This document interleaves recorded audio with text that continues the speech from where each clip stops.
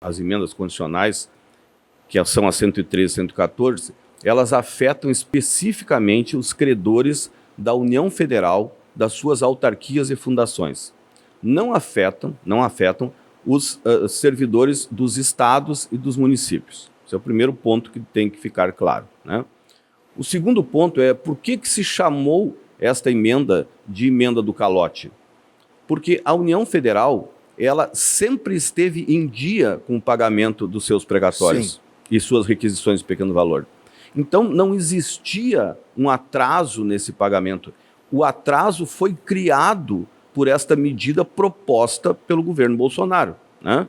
E qual foi a justificativa para esta proposta, para este atraso, para a criação deste atraso? É que não haveria recursos, né, para o Auxílio Brasil.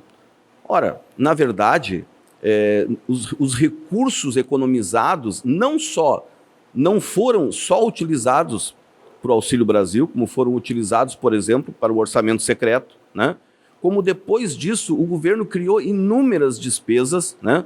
Inúmeras despesas, algumas inclusive desnecessárias, outras não, mas que demonstram que não havia necessidade nenhuma de ter metido a mão, literalmente, né, nos créditos relativos a precatórios. Então é por isso que se chama de PEC do calote, foi chamado de PEC do calote, e hoje são emendas condicionais. A constitucionalidade dessas emendas, ela está submetida à apreciação do Supremo Tribunal Federal, né? Eu quero dizer, inclusive, que o nosso escritório é signatário. Eu assinei a inicial dessa ação direta de inconstitucionalidade, representando 4 confederações de trabalhadores, né? Assinei junto com o presidente do Conselho Federal da Ordem dos Advogados do Brasil, a Associação dos Magistrados, né, também assinou esta medida. Então, na verdade, nós estamos aguardando esta decisão, mas enquanto isso, a emenda vai surtindo efeitos práticos. Na prática, essas 2 emendas condicionais, elas forçam um atraso no pagamento dos precatórios durante um período de 5 anos. E como é que elas forçam esse atraso? Elas pegam um montante que era devido lá em 2016, a título de RPV e precatório, e mais restos a pagar que tenham sido pagos, né? Pega esse montante, determina a correção monetária dele e determina isso como limite para o pagamento dos precatórios.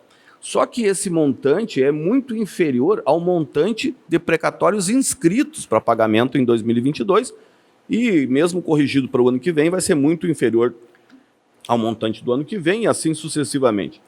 Então o governo não só prejudica os credores, como ele se prejudica, porque ele cria uma bola de neve com um aumento, né, de uma dívida que não existia, que estava sendo paga em dia. Bem, esse é o primeiro ponto.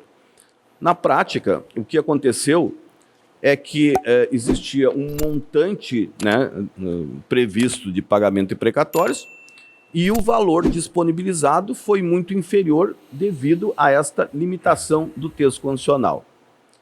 Então, a grande discussão que se faz hoje, e nós não temos essa informação exata, né, nós não temos, ninguém tem ainda essa informação exata, de quais precatórios serão pagos, no sentido do seu João ou da dona Maria, né, se vão receber.